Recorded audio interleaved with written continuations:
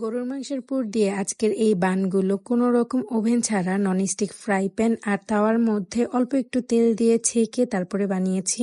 এই বানগুলো এতটাই সফট হয়েছিল কেউ বিশ্বাসই করবে না যে এটা ওভেন ছাড়া তাওয়ায় ছেঁকে আর ফ্রাই প্যানে বানানো হয়েছে। আর এইটার পুরটা খেতেও এতটা মজা। আর ইস্ট নিয়েও অনেকের মনে অনেক রকমের প্রশ্ন থাকে, আজকে সবার প্রশ্নের উত্তর দেব। ভিডিওটা টাইমলাইনে একটা শেয়ার দিয়ে রাখবেন যাতে যখন বানাবেন তখন যেন দেখে নিতে সুবিধা হয়। আর আজকের ভিডিওটি নতুনদের অনেক উপকারে আসবে। তো প্রথমে এখানে আমি 2 কাপ পরিমাণে ময়দা নিয়ে নিয়েছি, এরপর দিয়েছি 1 চা চামচ চিনি, স্বাদ মতো লবণ আর গুঁড়া দুধ 1 টেবিল চামচ। এখন আমি এর মধ্যে দিয়ে দিব সাফ ইনস্ট্যান্ট ড্রাই ইস্ট। এটা 11 গ্রামের একটা প্যাকেট আর এটার দাম নিয়েছিল মাত্র 25 টাকা। আমি এই ছোট ছোট মিনি প্যাকগুলো 2-3টা কিনে রেখেছিলাম আর এগুলো আমি ইউনিমার্ট থেকে নিয়েছি। আপনারা যে কোনো বড় বড় সুপার শপের থেকে এটা নিতে পারেন। আর এক প্যাকেট দিয়ে 2 থেকে 3 বারের মতো যে কোনো রকমের বান পাউরুটি বানানো যাবে। আমি এই প্যাকেট থেকে 1 চা চামচের মতো ইস্ট এখানে দিয়ে দিয়েছি। আর এই প্যাকেটটা ব্যবহারের পর এরকম করে আমি এটাকে আটকিয়ে রাখি একটা ক্লিপ দিয়ে, তারপর ডিপে রেখে দিই। আপনারা যে কোনো জারেও এটা সংরক্ষণ করতে পারেন। আপনারা যে কোনো ব্র্যান্ডের ইস্ট ব্যবহার করতে পারেন, তবে সেক্ষেত্রে খেয়াল রাখবেন ইস্টটা যেন নষ্ট না হয়। এখন শুকনো উপকরণগুলো খুব ভালোভাবে মিশিয়ে নিয়ে আমি একেবারে কুসুম গরম পানি অল্প অল্প করে চামচ দিয়ে এই আটার ডোয়ের সাথে মিশিয়ে নিচ্ছি। ডোটা যখন একটু আঠালো হয়ে আসবে তখন আমি এটাকে হাত দিয়ে খুব ভালোভাবে মথে নিচ্ছি। এই সময় হাতে লেগে যাবে, কিন্তু আপনি যখনই 2 থেকে 5 মিনিটের মতো এটাকে ময়ান করবেন তখন এটা আস্তে আস্তে হাত থেকে ছেড়ে আসবে। আর এটা কিন্তু একদম সফট একটা ডো হবে, খুব শক্ত ডো করা যাবে না। পানি দিয়ে 5 মিনিটের মতো ময়ান করার পর আমি এখানে 1 টেবিল চামচের মতো তেল দিয়ে আরো 5 মিনিটের মতো ময়ান করে নিয়েছি। এই পর্যায়ে কিন্তু হাতে আর এক ফোঁটাও লেগেছিল না। এখন এটা খুব সুন্দর একটা সফট ডো হয়ে গিয়েছে। এখন এটাকে আমি রেস্টে রেখে দিব প্রায় 1 ঘন্টার জন্য। আমি বাটিটাকে ঢাকনা দিয়ে ঢেকে একটা গরম জায়গায় এই বাটিটাকে রেখে দিয়েছি। আর এর মাঝখানে কিন্তু আমি ঢাকনাটা আর তুলবো না। এখন চলে যাব সরাসরি পুর তৈরি করতে। একটা প্যানের মধ্যে আমি 2 টেবিল চামচের মতো সয়াবিন তেল দিয়েছি আর এখানে বিফ, টমেটো, পেঁয়াজ আর কাঁচামরিচ কেটে নিয়েছি। এখানে প্রায় 200 গ্রামের মতো বিফ কুচি আছে। আমি 3টা পেঁয়াজ ছোট ছোট করে কেটে নিয়েছিলাম। প্রথমে আমি পেঁয়াজটা তেলের মধ্যে দিয়ে দিয়েছি।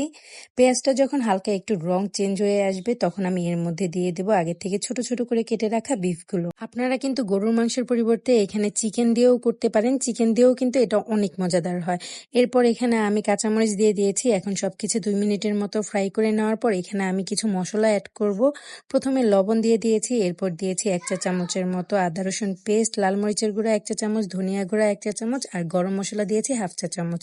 পানি দিয়ে আমি এই মশলাটাকে মাংসের সাথে খুব ভালোভাবে কষিয়ে নিয়েছি। তারপর দিয়ে দিয়েছি টমেটো কুচি। টমেটোগুলোকে মাংসের সাথে মিশিয়ে ঢাকনা দিয়ে ঢেকে রান্না হতে দিয়েছি। তারপর ওইখান থেকে পানি ছেড়েছিল, ওই পানিটা দিয়েই মাংসটাকে সিদ্ধ করে নিয়েছি। এরপর ঢাকনা তুলে এখানে দিয়ে দিয়েছি 1 চা চামচ সয়া সস, টমেটো সস, গোলমরিচের গুঁড়া 1/2 টি-স্পুন, চিলি ফ্লেক্সও দিয়ে দিয়েছি এখানে 1/2 টি-স্পুন। সামান্য একটু অরিগানো দিয়ে এখানে দিয়েছি 1 চা চামচ গুঁড়া দুধ। এখন গুঁড়া দুধটাকেও সবকিছুর সাথে একসাথে খুব ভালোভাবে মিশিয়ে নিয়ে এখানে দিয়ে দিয়েছি ময়দা 1 চা চামচ। এরপর এখানে 1/2 কাপের চেয়েও কম পরিমাণে পানি দিয়ে মাংসটার সাথে সবকিছু একসাথে খুব ভালোভাবে মিশিয়ে নিয়েছি।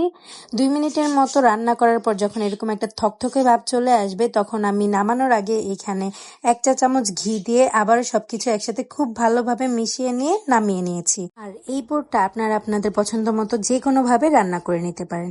এখন আমি চলে যাচ্ছি আমার ডোয়ের কাছে। ডোটা ফুলে ডাবল হয়ে গিয়েছে। এখন হাত দিয়ে আমি এভাবে ময়ান করে ভিতরের যে বাতাসটা ছিল সেটাকে বের করে নিয়েছি।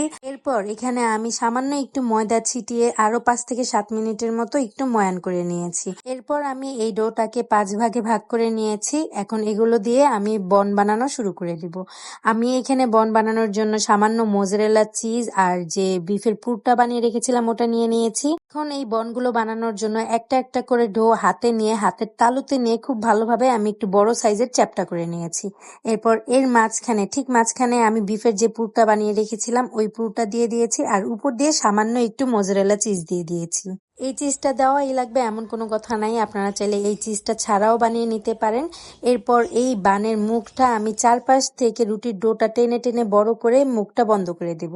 বানের মুখটা কিন্তু খুব ভালোভাবে বন্ধ করে দিতে হবে, তা না হলে কিন্তু এগুলো যখন বেক করবেন তখন কিন্তু এই পুরগুলো বের হয়ে আসবে। আপনাদের বোঝার সুবিধার্থে আমি আরো একটা বান তৈরি করে দেখাচ্ছি। আপনারা হয়তোবা ভিডিওটা দেখে বুঝে নিচ্ছেন আমি কিভাবে এই বানগুলো তৈরি করেছি। প্রসেসে আমি আমার সবগুলো বান তৈরি করে নিয়েছি। এখন এগুলোকে ফ্রাই করার পালা। এগুলোকে ফ্রাই করার জন্য আমি ফ্রাই প্যানে খুব সামান্য একটু তেল দিয়েছি। এখানে 1 চা চামচের মতো তেল ছিল। এরপর একে একে আমি সামান্য একটু ফাঁকা করে যে বানগুলো বানিয়ে রেখেছিলাম ওই বানগুলো বসিয়ে দিয়েছি। তারপর ঢাকনা দিয়ে ঢেকে 5 মিনিটের মতো ফ্রাই হতে দিয়েছি। এরপর আমি রুটি ছাঁকার তাওয়ার মধ্যে সামান্য একটু তেল ব্রাশ করে নিয়ে বাকি যে 2টা বান ছিল ওই বান দুটো বসিয়ে দিয়েছি আর এভাবে হাত দিয়ে একটু চ্যাপ্টা করে দিয়েছি। তারপরে ঢাকনা দিয়ে ঢেকে এটাকেও 5 মিনিটের মতো ফ্রাই হতে দিয়েছি। এই পর্যায়ে কিন্তু চুলার হিট একদম লো রাখতে হবে। এরপর 5 মিনিট পর ঢাকনা তুলে এগুলোকে উল্টে দিতে হবে। উল্টে আমি আবারও ঢাকনা দিয়ে ঢেকে দিয়েছি। এ পর্যায়ে 10 মিনিটের মতো বেক হতে দিয়েছি।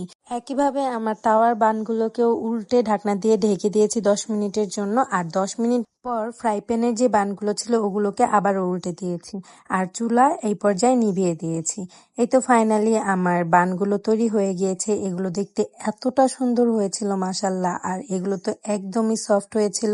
আমি একটা খুলে আপনাদেরকে দেখিয়ে দিয়েছি। এগুলো কিন্তু একদম সফট হয়েছিল আর খেতে অনেক বেশি মজাদার হয়েছিল। আপনাদের যাদের ওভেন নেই তারা কিন্তু বাসায় এইভাবে ফ্রাই প্যানে তাওয়ায় ছেঁকে এই বানগুলো তৈরি করে নিতে পারেন। এই বানগুলো আমার তো বাসায় 2 থেকে 4 দিন পর পরই বানানো লাগে। নাস্তা হিসাবে এই বানগুলো একদম পারফেক্ট। তো আজকের ভিডিওটি আর বড় করছি না। আশা করি আজকের ভিডিওটি দেখে আপনারা সবকিছু খুঁটিনাটি বিষয় জেনে গিয়েছেন। আরো কিছু জানার থাকলে আপনারা কমেন্টে জানাবেন, আমি অবশ্যই আপনাদের জানানোর চেষ্টা করব।